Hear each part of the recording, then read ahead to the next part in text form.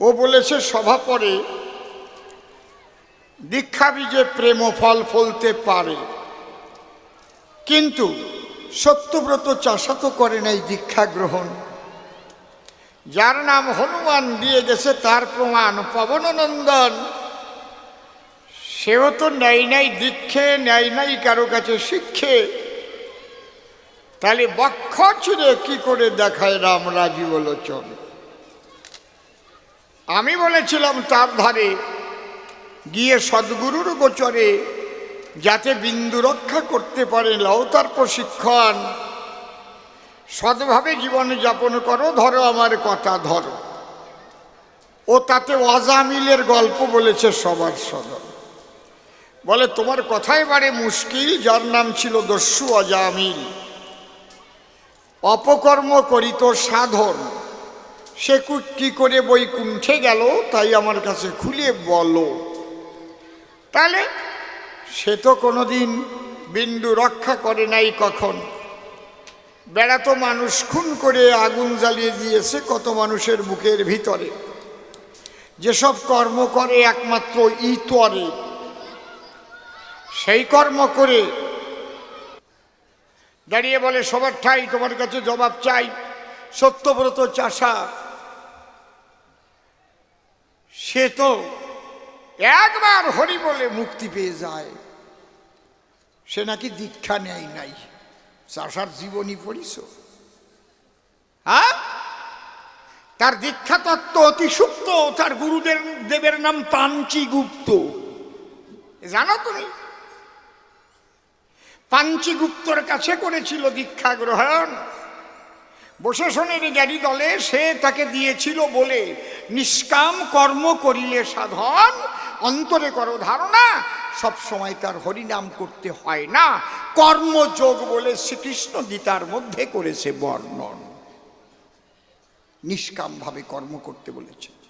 অর্জুন বলেছিল তাই, হে প্রাণকানাই, আমি এই যুদ্ধ করব না এখন। এই যুদ্ধ করিলে পরে অসংখ্য আত্মীয় স্বজন যাবে মরে, তার বিনিময়ে মিলবে রাজ্য সিংহাসন। ওই রক্তমাখা সিংহাসন বটে, আমি বলি করপুটে তোমার নিকটে। ওই সিংহাসনে বসিতে চাহে না আমাদের মন। কৃষ্ণ তখন ডেকে কয়, শোনো শোনো গো পাণ্ডুর তনয়, যুদ্ধক্ষেত্রে তুমি দিয়েছে দর্শন, আমি হয়েছি তোমার রথের সারথি, যিনি কৃষ্ণ জগৎপতি। এই যুদ্ধ শুধু যুদ্ধ নয়, ধর্ম আর অধর্মের সাথে রণ। অন্তরে দেখো ভেবে, এই যুদ্ধের দ্বারাই ধর্ম রাষ্ট্র প্রতিষ্ঠা হবে, আর অধর্মের ধ্বংস হবে বিলক্ষণ।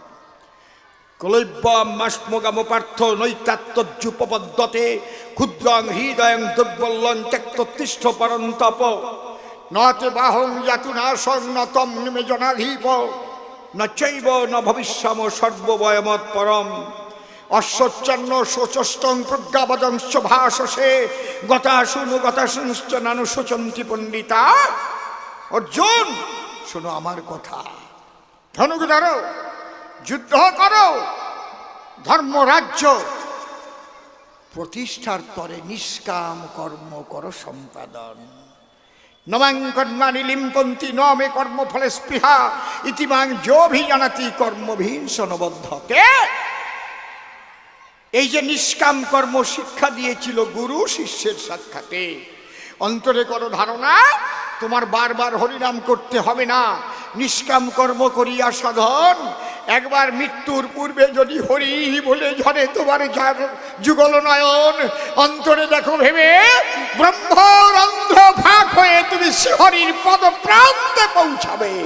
এটা গুরু বাক্য রক্ষা করে নিষ্কাম কর্ম করেছিল সাধন, এমনি এমনি না। ফসা ফস কইয়া যায়। আরে আমার কপাল রে। আমার কাছে বলুন দেখি, গুরু ছাড়া গোবিন্দ মেলে নাকি? হ্যাঁ, হনুমানের তত্ত্ব কথা বললে তুমি সবার হেতা। কিছু কিছু মানুষ আছে, মহামানব আছে, অতি মানব আছে, জন্মসিদ্ধ মানব আছে, তাদের দীক্ষার প্রয়োজন হয় না। তাদের কি বলে? জন্মসিদ্ধ মহাপুরুষ। হে জ্ঞানবন্ত, একটু পড়ে দেখেন তো হনুমানের জন্ম বৃত্তান্ত। হনুমানের বাবার নাম কি? বানর কেশরী। মায়ের নাম কি? অঞ্জনা। সবাই দিত গঞ্জনা, কারণ ওই বাড়িতে পবনদেব আসে আর যায়। খুলে বলি সেই সূত্র, এই জন্য হনুমানকে সবাই বলে পবন পুত্র। অঞ্জনার সঙ্গে পবন হয়েছিল মিলন। এ মিলন সাধারণ মিলন নয়। অঞ্জনা বলেছিল, তাই আমি কি গঞ্জনা নিয়ে বাঁচবো নাকি বলো হে গোসাই? বলে না, তোমার গর্ভে এমন এক মহাপুরুষ জন্ম লাভ করবে যার দ্বারাই জগতের কল্যাণ হবে। তাই ওই সন্তান যখন করলো জন্মগ্রহণ, কি বলবো সবাতল, জন্ম মাত্র এমন সন্তানই হলো, তখন প্রভাতের সূর্য দেখে ফল ভেবে বুকে ওইটাকে খাবার জন্য লম্ফ দিয়েছিল। পুড়িয়ে ঝুড়িয়ে পড়িয়ে গেল। অঞ্জনা তাই বুকে ধরে ওই সাইটাই নিয়ে করে কান্নাকাটি করতে আরম্ভিল। পবনদেব আসছে। কি হয়েছে? কি হয়েছে আবার? এই যে হয়েছে, মহাপুরুষ হয়েছে, হয়েছে দেখো। কয় আচ্ছা, এই অবস্থা, দিচ্ছি ব্যবস্থা। শোনো অঞ্জনা, আমি এখন হইব গোপন। কোথায়? পর্বতের গহ্বরে সমস্ত পঞ্চবায়ু একত্র করে করব পলায়ন। আমার কাছে বলো দেখি, বাতাস না থাকলে কেউ বাঁচে নাকি? বাঁচে? বাঁচার কায়দা আছে? যেই সব দেব দেবতা আসবে তোমার কাছে, অঞ্জনা পবন কোথায়? তুমি বলবা আমার জ্বালায় আমি বাঁচি না, ওই পবনের খবর আমি রাখতে যাই না, চইলা যাও। আমার একটা ছেলে হয়েছিল, হেইডে মইরা গেছে, আবার পবন কোথায়, পবন কোথায় কইতাছে, ওই খবর আমি কইবার পারুম না, সইটা যাও। তখন দেখবা বলবে, না একবার বলো না, বলো না, তুমি করো না, ছলো না, বলো না। বলবো আমার বুকে বেদো না, আমার এই সন্তান আগে বাঁচুক, আমি পাই বুকে সুখ, তারপরে দেখবো তোমাদের টুক। তখন দেখবা বাঁচাই দেবে, এমন আশীর্বাদ দেবে, একদম 3-4 যুগের অমর হয়ে থাকবে। পবনদেব গহ্বরে করলো পলায়ন। এখন তোর বাঁচে না জনজীবন, ব্রহ্মার পেট ফাঁপিয়ে উঠিছে, বাতাস নাইতো। বিষ্ণু, শিব সবাই অতিষ্ঠ হয়ে উঠেছে। সবাই তখন একত্তরে চলে গেছে অঞ্জনার ধারে। অঞ্জনা, কোথায় রাখছো পবনকে? বলে, সইটা দাও তো, আমার জ্বালায় আমি বাঁচি না, সইটা দাও, আমার একটা ছেলে হয়েছিল, সেইটা মইরা গেছে, এখন আমার পবনদেব, পবনদেব। কয়, তোমার ছেলেরে বাঁচাই দেব। কয়, আগে বাঁচাও। যখন তার সন্তানকে জীবন দিল, নারায়ণ তখন আশীর্বাদ করলো, আমার চক্রে মৃত্যু হবে না। শিব বলল, আমার ত্রিশূলে মৃত্যু হবে না। ব্রহ্মা বলল, 4 যুগের অমর থাকিবে তোমারই নন্দন। আপনার আমার এইভাবে হয়েছে নাকি জন্মগ্রহণ? হনুমান রে দিয়ে মিল দিচ্ছে সমস্ত মানুষের। আমার কাছে বলুন দেখি, সবার সঙ্গে সবার এইভাবে মিল দেওয়া ঠিক কি? হনুমানের সঙ্গে আপনার আমার মিল হয়, রাধার সঙ্গে, ললিতার সঙ্গে, বিশাখার সঙ্গে আমাদের মিল হয়? হয়? এ কথা কারা কয়? বেবোধ মার্কা মানুষ যারা এই কথা কয় তারা।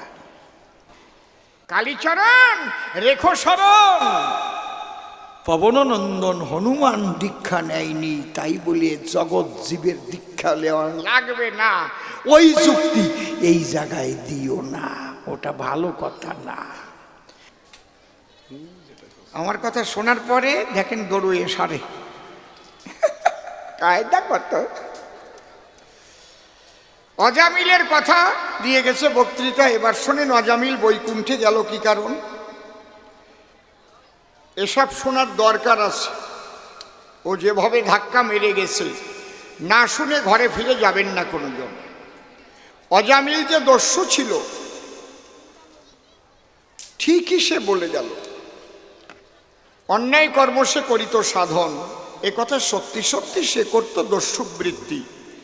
একবার বিশ্বামিত্র মুনি বৈষ্ণব অপরাধে অপরাধী হইল যখন, নারদ মুনির কাছে যায়। মুনি তখন ডেকে কয়, শোনো বিশ্বামিত্র, আমার বচন, এই অপরাধ থেকে তুমি মুক্তি পেতে পারো। ধরো আমার কথা ধরো, যদি কোনো কর্মচণ্ডালের ঘরে অন্ন করতে পারো গ্রহণ।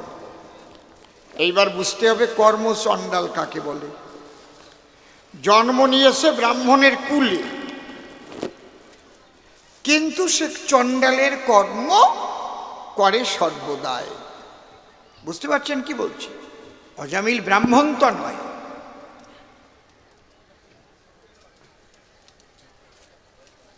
কর্মচণ্ডাল বলে কারে? আগে বললাম ব্যাখ্যা করে, যে জন্ম নিয়েছে ব্রাহ্মণের ঘরে কিন্তু কর্মসূত্রে চণ্ডালত্ব প্রাপ্ত হয়।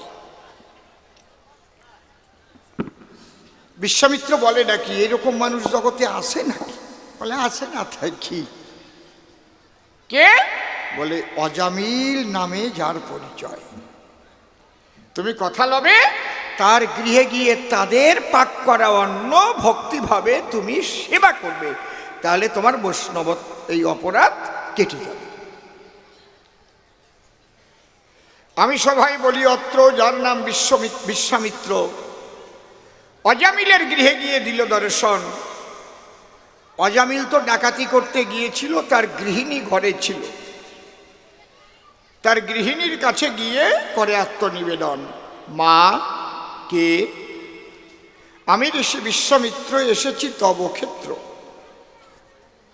মাগো, আমার ক্ষুধার জ্বালায় বাঁচে না জীবন, তুমি আমার কথা লবে, আমাকে কিছু সেবার ব্যবস্থা করে দেবে, অন্ন করিয়া রন্ধন। তুমি আমার কথা লও, নিজের হাতে রান্না করে আমাকে দুটো সেবা দাও। অজামিলের গৃহিণী বুদ্ধিমতী নারী একজন। সে মনে চিন্তা করে, পাড়ার কোনো লোক আসে না আমাদের বাড়ি কিংবা ঘরে, আমার স্বামী ডাকাতি করে। যে বৃত্তি নিয়ে গড়া তার জীবন, মানুষ ঘৃণা ভরে তাকায় আমাদের দিকে নজরে। বিশ্বামিত্র মুনি এসে আমার ঘরে করে নিবেদন, মাগো তুমি কথা লও, তুমি রান্না করে দুটো অন্ন ব্যঞ্জন দাও, নিশ্চয়ই এর পিছনে আছে কোনো কারণ। অমাঠারণ কথা কয়ে না, ডান দিকে বসে আছো দুইজন, ডান দিকে বসে দুইজন বাক্যালাপ করো, কি কারণ? চুপ করো। আমার মনে আছে, ভাবো এর মূল রহস্যটা কি, আমি তাই জানব।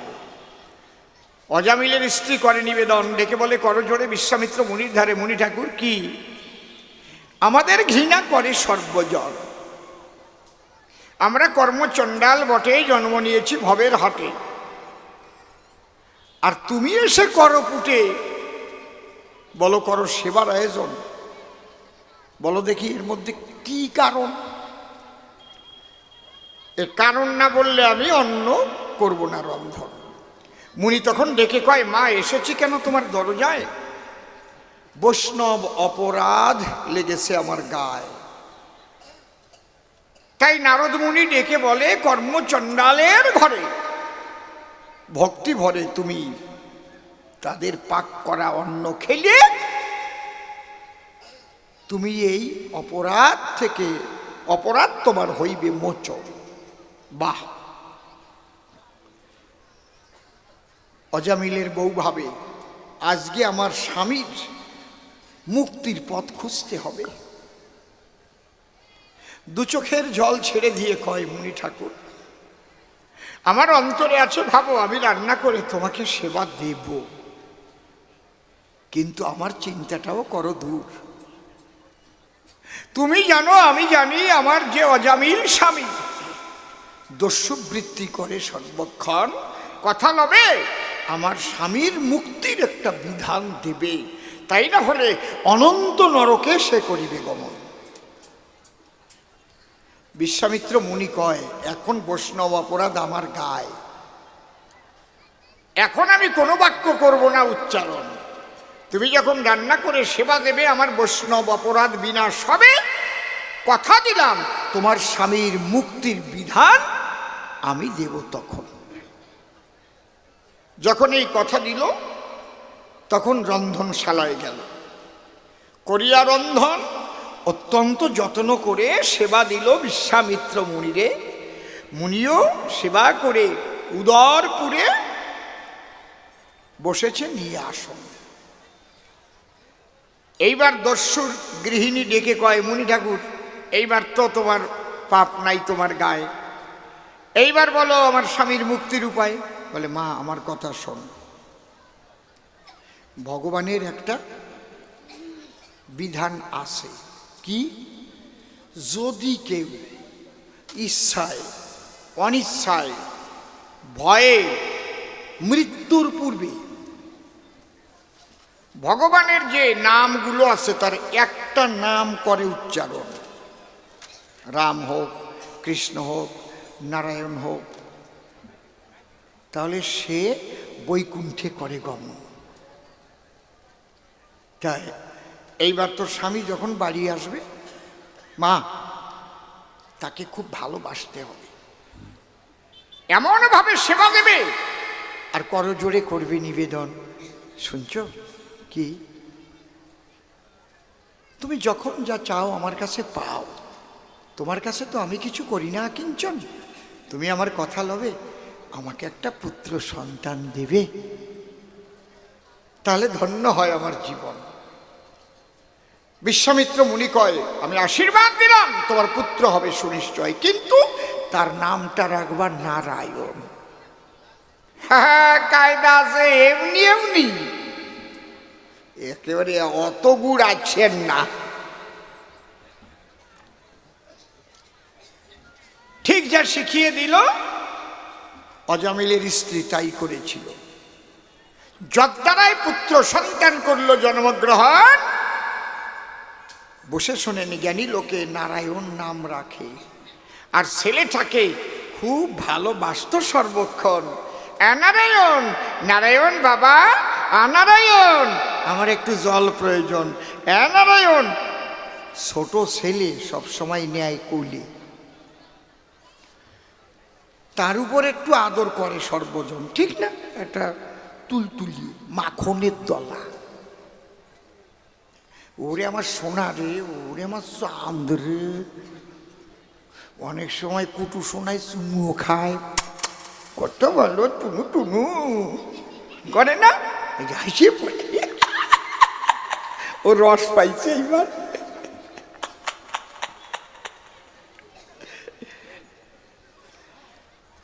দাঁড়িয়ে বলি সভা পাশে, অজামিল নারায়ণকে খুব ভালোবাসে।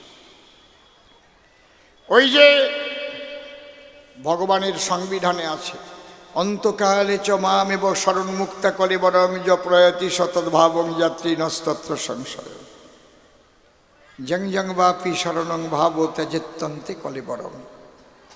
যখন অজামিল সে দেখে মুশকিল, চারিদিকে অন্ধকার ঘনায়, বসে শোনেনি জ্ঞানী দল, যমদূত তাকে যখন নিতে এলো, পেয়েছিল ভয়। ওই ভয় পাবার পরে নারায়ণ নারায়ণ বলে চিৎকার করে, ওই নারায়ণ বলার সঙ্গে সঙ্গে ঘটেছিল তার মরণ। এটা ভগবানের সংবিধান বটে, জগতে এই সংবিধান কে কাটে? মৃত্যুর পূর্বে তার নাম করা উচ্চারণ এ সবার দ্বারা হয় না, হয় নাকি? সবাই পারে? এত সোজা? যে পারে সে পারে, সে গিয়েছে পারে, সবাই কি তা পারে? ওই যে মুনির আশীর্বাদ ছিল বিধায় নির্দ্বিধায় অজামিল নারায়ণ নাম উচ্চারণ কইল।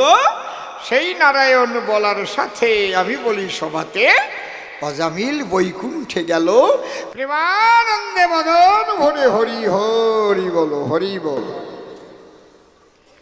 সবার সঙ্গে সবার তুলনা দেওয়া ঠিক না, তাতে মানুষ ভালো কয় না। একটা ছেলে গেছে স্কুলে, মাস্টারমশাই ডেকে বলে, এই যাদের গালে দাঁত নাই তারা কিভাবে খায়? বলে গিলে গিলে খায়। বলে মনে রাখবি, যারা গিলিয়ে খায় তারা ডিম পাড়ায়, আর যাদের দাঁত আছে তারা চিবিয়ে চিবিয়ে খায়, তারা বাচ্চা দেয়, প্রসব করে বাচ্চা।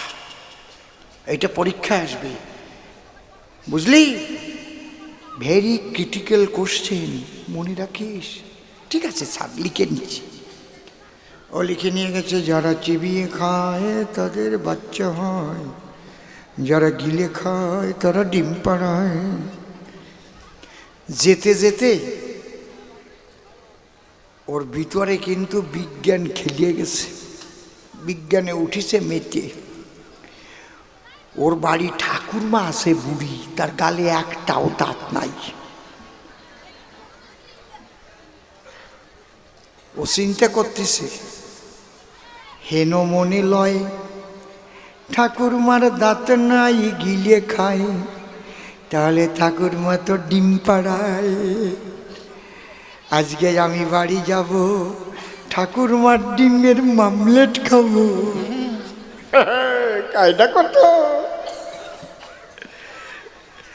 একদম বই খাতা নিয়ে বাড়ি গেছে, ডাক দিয়ে কয় ঠাকুরমার কাছে, ঠাকুরমা কথা মানো, আজকে 4টে ডিম দিয়ে মামলেট করিয়ে আনো।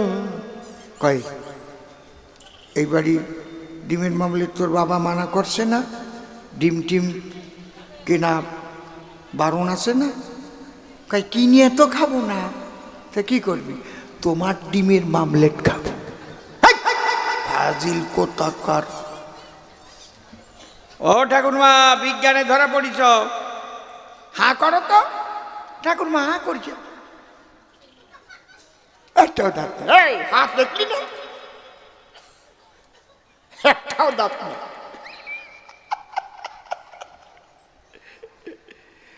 নাতি ছেলে ডেকে কয়, ও ঠাকুরমা তোমার দাঁত কোথায়?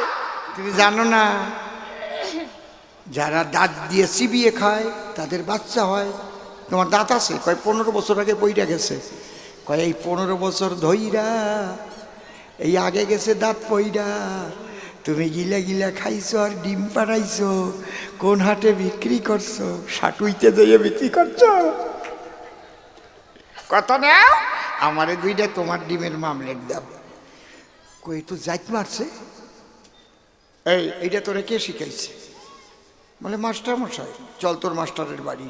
নাতি নিয়ে বুড়ি, হাতে একটা বাঁশের লড়ি, মাস্টারের বাড়ি গেছে তাড়াতাড়ি। মাস্টার মশাই কি দিন 4 বাঁচতাম নাকি? তাও বাঁচবার দিবা না? কি হয়েছে? শোনো তোমার ওই ছাত্রের কাছে। এই কি রে, কি করছিস তো ঠাকুরমার সঙ্গে?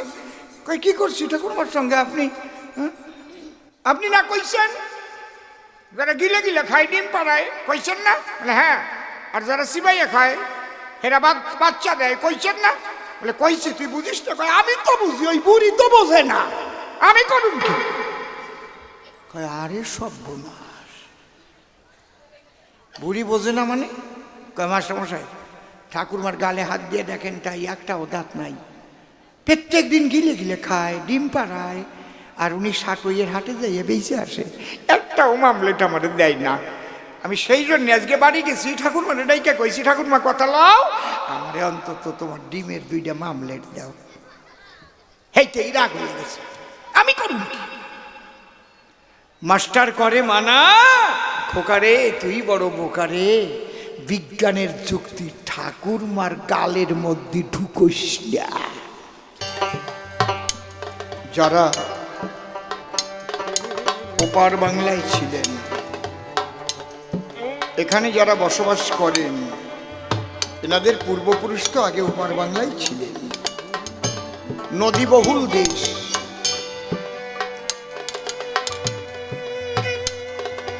ভারত ভাগের ফলে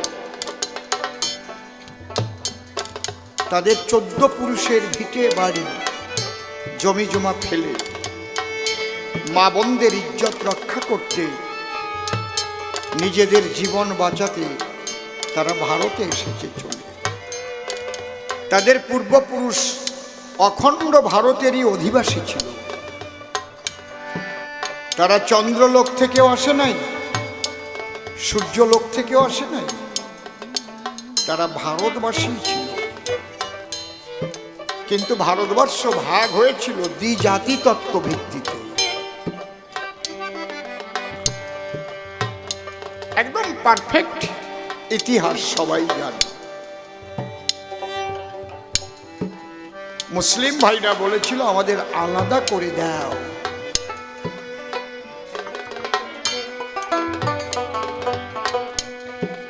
আগে ভারতবর্ষ অনেক বড় ছিল। ইরাক, ইরান, পারস্য সব নিয়েছিল ভারতবর্ষ। গান্ধারীর বাবার বাড়ি তো সুবল রাজার বাড়ি এখন আফগানিস্তান। গান্ধার নাম ছিল গান্ধার, এখন নাম হয়েছে কান্দাহার। কান্দাহার সেই সময় এই ছোট ছোট ইসলাম রাষ্ট্র ভাগ হতে হতে হতে হতে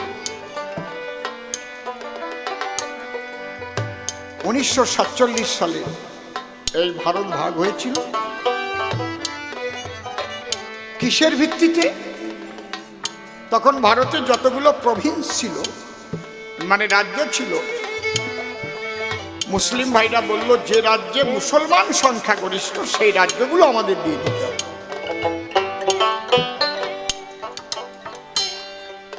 একটু শুনুন, গানটা গাইছি তাই মনে পড়ে গেল। এটা ঐতিহাসিক তথ্য, এটা কোনো রাজনৈতিক কথা নয়।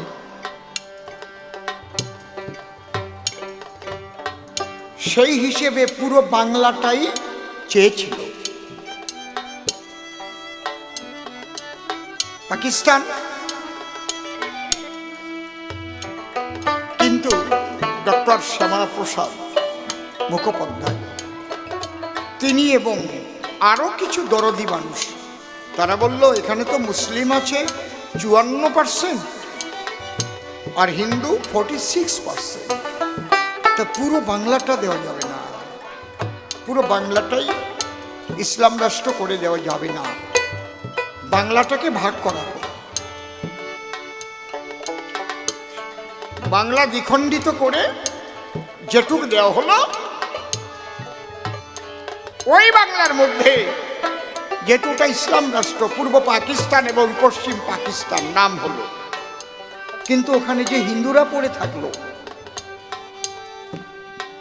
তাদের উপর অত্যাচার আরম্ভ হলো।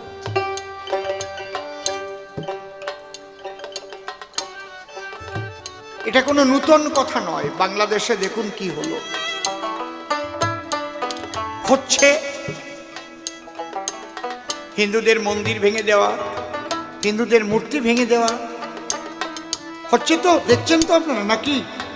এখন তো আর লুকানোর কিছু নেই, এখন মিডিয়া খুব সক্রিয়। হিন্দুরা কারো মসজিদ ভাঙবে বা মুসলমানরা কারো মন্দির ভাঙবে বা বৌদ্ধ মূর্তি ভাঙবে, এগুলো তো ঠিক না।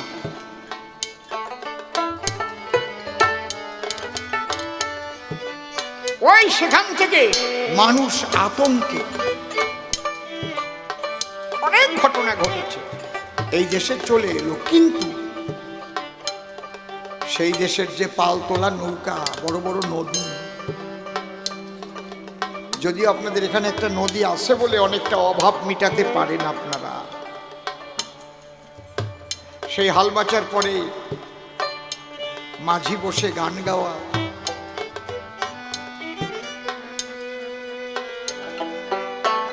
সেই যে পরিবেশ, কুটুম পাখির ডাক, দোয়েলের শীষ, সেই শাপলা ফোটা বিল,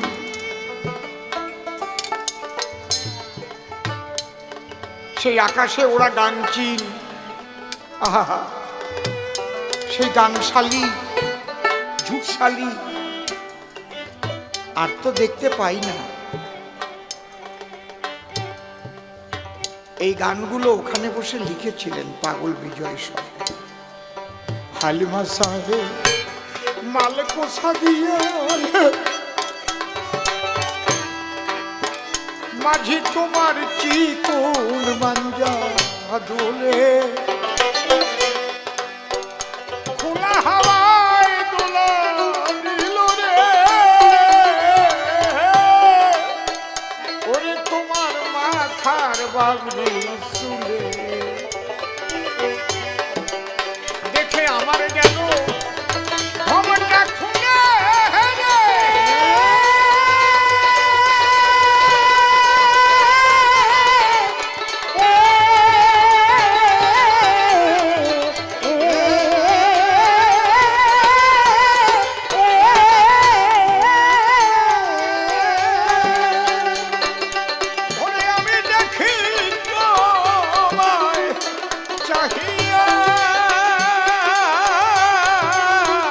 গাহি শোভাটিয়াল গীতি রে,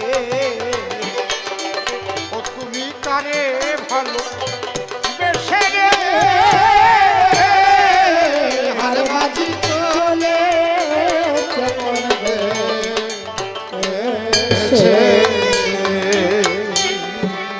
সেই পালতোলা নৌকাও নেই। আগে তো আর টিউবওয়েল ছিল না। মায়েরা জলের কলসি নিয়ে, খালি কলসি নিয়ে লাইন ধরে জল আনতে যেত নদীতে। নববধূ গা ঘড়ি করিয়া কক্ষে জল ভরিবার উপলক্ষে নদীর কিনারে গিয়ে দাঁড়িয়ে দাঁড়িয়ে ও সেই মাঝির গাওয়া গান শুনত।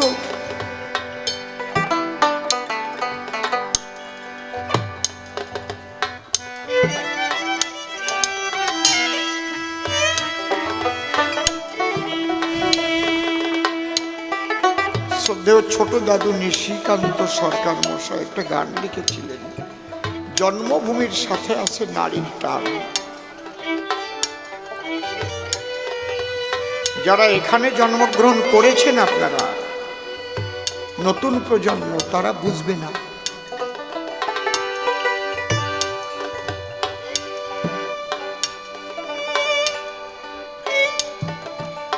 কিন্তু কষ্ট হয়। এই মানুষগুলো তারা তো ভারতেরই অধিবাসী ছিল, ভারতেই এসেছে। এরা তো খেটে খাওয়া মানুষ, এরা তো বুঝতো না। এদের কাছে শুনে তো তোমরা ভারত ভাগ করনি। তাদের যখন বাংলাদেশি বলে গালি দেওয়া হয়, উদ্বাস্তু বলে অবহেলা করা হয়, বুকে যন্ত্রণা হয়, ঘটি বাঙাল বলা হয়।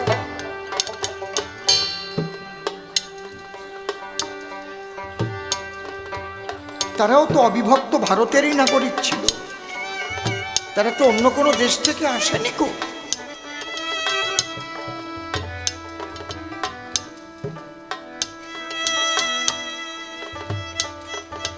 আর এই আশার পরিবেশ তো তোমরা করেছ।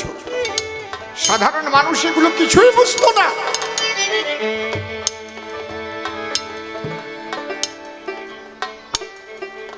পাগল বিজয় গাইলেন, ভরা নদীর গণের জোয়ার, ও রে ও রে,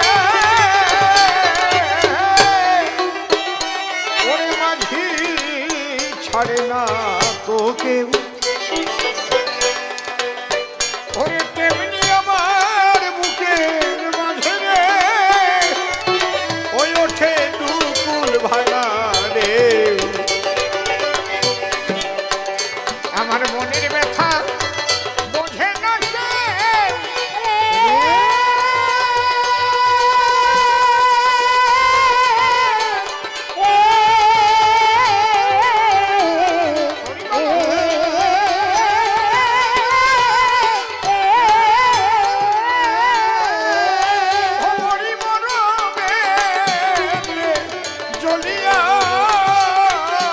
বলিয়া বুঝাবো ব্যথা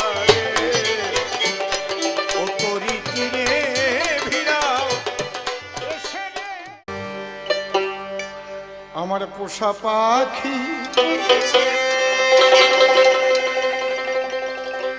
উড়ে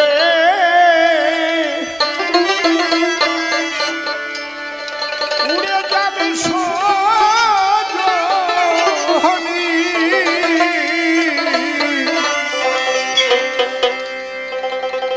একদিন ভাবি নাই মনে আমার পোষা পাখি উড়ে যাবে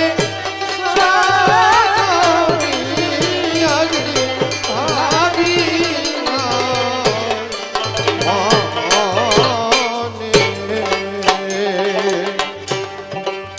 সে কি আমায় ভুলবে কখনে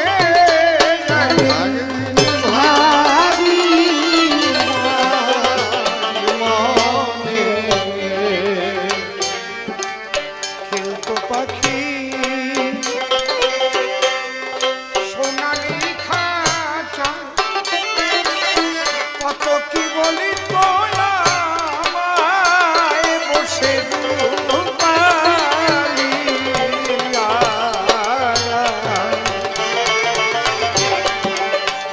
স্ফটিকেরও ঘরে বাটি ঘরে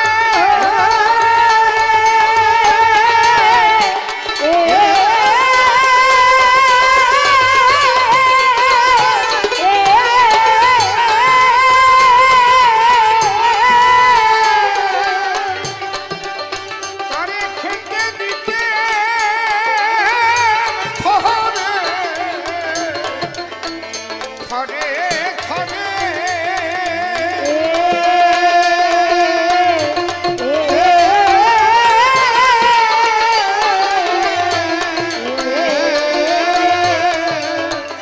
ওরে মিঠুর পাখি আমার খাইতো জন্মনে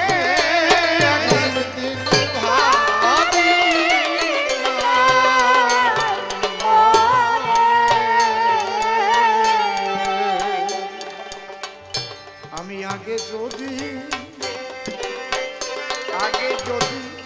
জানতেন পাখি ময়, সে আমায় করিবে এমন করে দিতে না এমন। আমার কে এমন দরদি আছে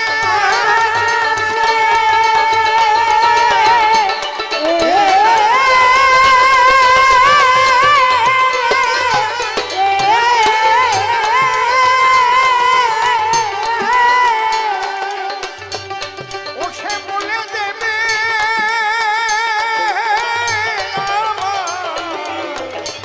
আমার কাছে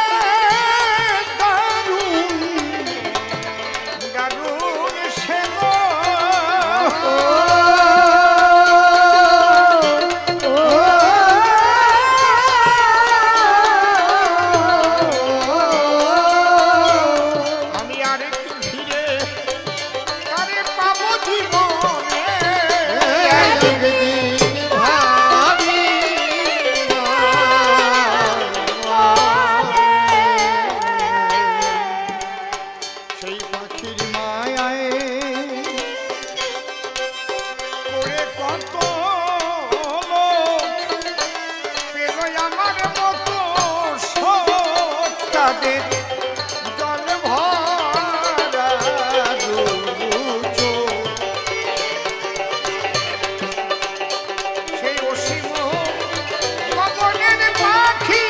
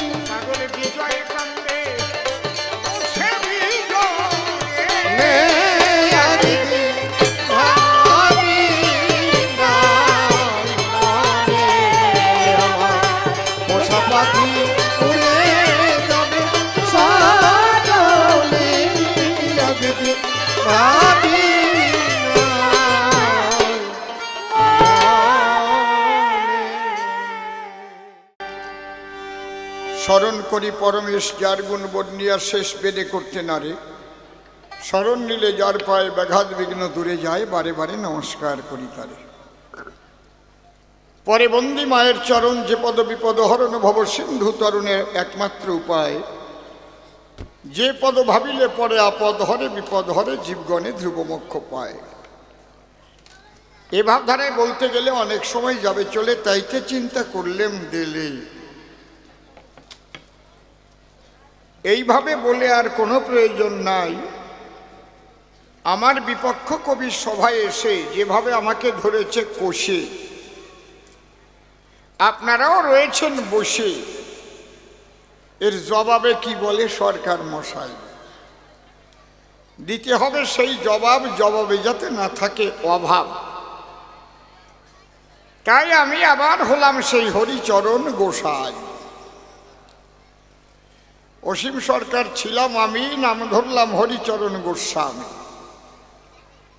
কালীচরণ চাষার প্রশ্ন দিতে সমাধান। প্রথমবারে এসে যে প্রশ্নগুলো করে আমি তার সমাধান দিলাম সবস্থান। কবিদের আছে স্বভাব, যতই ভালো হোক জবাব খুব সুন্দর আছে, তার মধ্যে ধরতেই হবে অভাব, তাই না হলে হয় না কবিগান। এই জন্যে মনে করি ভাবনা, ওর জন্য আমি কোনো ব্যথা পাবো না। বিরুদ্ধ আলোচনা যা করেছে কালীচরণ, ও আমার বিরুদ্ধ নেমেছে করতে ওই কাব্যযুদ্ধ। এখন ম্যাও ম্যাও করলে তো আর যুদ্ধ হয় না কদাচন। একটু বেশি আছে মনে করছো, তাহলে একটু কমিয়ে দিতে পারো স্লাইড। ঠিক আছে, খুব বেশি যেন না কমে। তবে সাউন্ড সিস্টেম খুবই ভালো।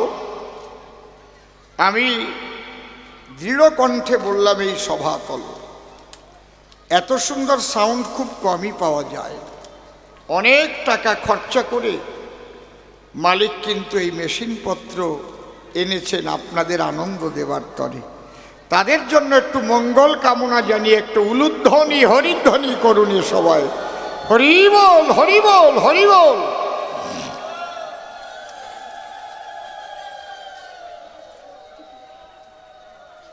খুব সুন্দর সাউন্ড বটে, বললাম আমি সভা তটে। এইবার এই কথা কেটে আমি এই কাব্যের হাটে বিপক্ষের জবাব দিয়ে যাই। চুপ করে থাকেন সবে, আর একখানা গান হবে, গানের মধ্যে দিয়ে আরো কিছু করিব বর্ণন। সত্যি আপনারা কত সুন্দর শ্রোতা বটে, বসে আছেন কাব্যের হাটে। পুনঃ পুনঃ করপুটে শ্রদ্ধা করি জ্ঞাপন। হ্যাঁ,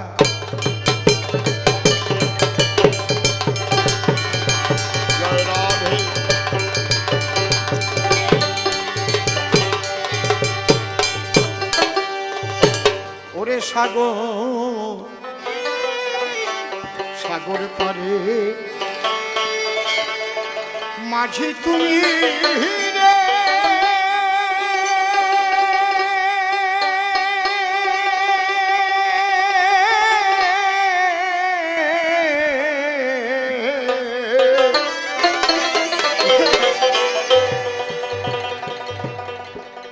আরে মাঝি চলে ছোপন দে এসে সাগর পারে মাঝি তুমি রে, আরে মাঝি চলে তখন এসে। লাল সে বাদাম টেনে দিয়া হারে